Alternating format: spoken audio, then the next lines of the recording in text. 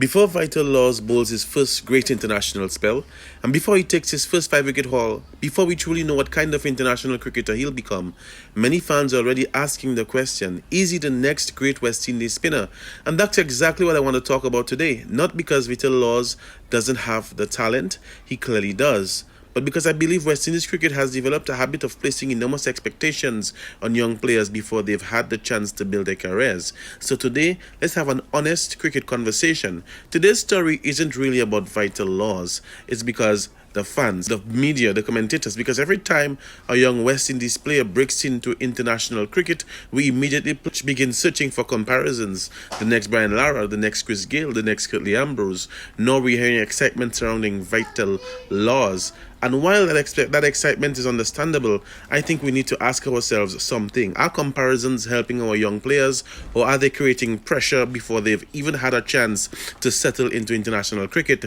Let's first understand why so many people are excited about Vitel Lawes. He's a young leg spinner, one of the most difficult bowling disciplines in cricket. Leg spin is an attacking art. It demands confidence, control, variations, and perhaps most importantly, the courage to keep attacking even after being hit for boundaries. Lawes has shown enough talent in domestic cricket to convince the selectors that he deserves an opportunity at the international level. That alone should tell you something. The West Indies selectors are clearly seeing potential, but potential and proven international success are not the same thing. Here's something that often gets overlooked. Fast bowlers can sometimes make an immediate impact because of pace and natural athleticism. Leg spinners usually develop differently. History has shown us many of the world's greatest leg spinners. They've learned by bowling long spells. They've learned how to set up batters, how to disguise variations, how to recover after difficult days. Leg spin is as much as about confidence as it is about skill, and that's why patience is so important. Every over a young leg spinner bowls at international level becomes part of their education. One thing that makes playing for West Indies unique is the history. When you wear that maroon cap, you're representing one of cricket's greatest legacies. Sir Vivian Richards, Brian Lara, Malcolm Marshall, Curtly Ambrose, Courtney Walsh, Joel Garner, Chris Gayle. Those names aren't just West Indies legends, they are legends of world cricket. Because of our history, and because our history is so rich, our expectations naturally become very high, and sometimes, let's be real, too high. Think about it. A young player makes an impressive performance almost immediately. Someone says we found the next legend. But cricket doesn't work like that. Greatness isn't created in one innings or one spell. It's built over years through success, failure, injuries, comebacks, consistency. And that's what made the legends great, not talent alone.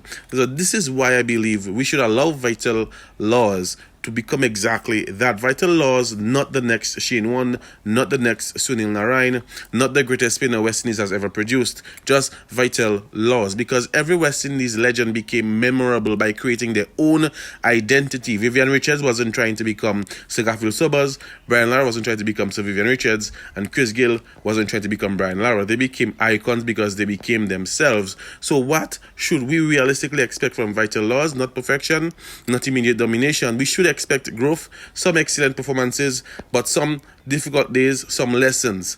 That's what international cricket looks like for almost every young player. The most important thing is to give him time to learn without judging his entire future after every match. So this conversation isn't only about Vitel Lawes. It's about how West Indies develop every talented young cricketer. Matthew Ford, Justin Gibbs, Casey Carty, Ahmed Jangu, future players who haven't even debuted as yet. So if we constantly compare young players all the time to all-time greats, we risk making every mistake feel like failure instead. So let's judge players by their own journey. Vitel Lawes has earned something extremely valuable, an opportunity. Nothing more, nothing less.